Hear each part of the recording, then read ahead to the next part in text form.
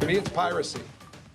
It's picking your pocket, taking the funds of your hard-earned taxpayer dollars and funneling it right into a single-purpose facility in Brook Park. It is something that is going to actually be a net revenue gain for the state of Ohio over the course of the life of the asset, and it's something that I think also sets a good parameter for potential future projects. And good evening. Thanks for joining us. Tonight, the Ohio Senate is giving the green light to help fund the Browns Dome Stadium in Brook Park. Just hours ago, the Ohio Senate unveiled its version of the state budget, and it includes a solution for a $600 million loan to the team. We have team coverage for you this evening. Bryant McCrae has the very strong reaction from Cuyahoga County leaders who called today a sad day for the county and the state. But we begin here in the studio with Peter Fleischer to break down how the Senate proposes to make this all happen. Hi, Peter. Russ, Christie, it is complicated and emotional. Elected officials who support the Browns in Brook Park have made it clear they see big business potential, worldwide events, sold-out concerts, anything that leads to dollars spent. The Senate hopes to back the Browns with a grant that would give Ohio a cut of that profit for years to come. Now, under today's new proposal, the state would pull $1.7 billion from Ohio's $3.7 billion unclaimed funds account.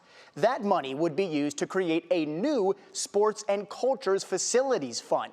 $600 million of that new fund would be used for the Browns Brook Park project, while the other $1.1 billion would go into reserve for future use, with a new Cincinnati Bengals stadium looming among other potential projects in Ohio. Now, this type of spending would help Ohio avoid debt and cut down on risk compared to the bonds proposed by the House in April. In return, the Browns would repay the grant through money the stadium makes in real time.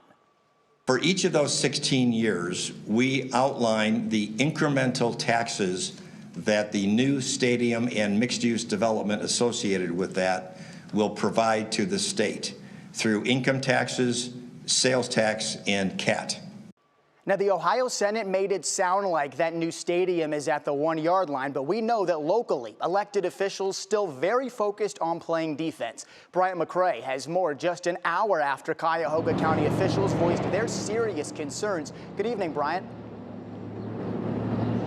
Well, yeah, good evening, Peter. Today, the county executive mincing no words about how he feels about relocating the Browns to Brook Park. Today, County Executive Chris Ronayne calling the move a sad day for the state of Ohio. At a press conference today, County Executive Chris Ronayne saying that this move was a morally bankrupt one.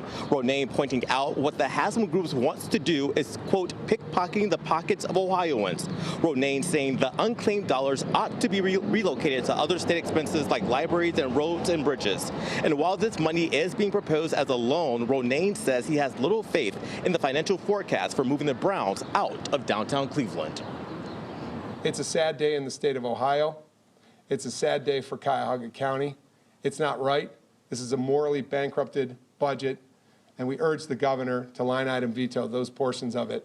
We urge you to think about restoring some of that $600 million to our libraries, to our schools, to our Medicaid coverage for our citizenry.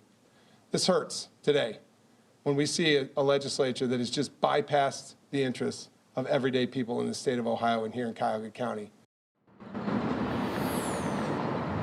Now, Russ, the Senate is now deliberating on its version of the budget, which must be approved for Governor Mike DeWine to sign on June 30th. A lot to consider here. Russ, back to you in the studio. Just to clarify, I believe it's the House that's going to take a look at that now, but thank you so much.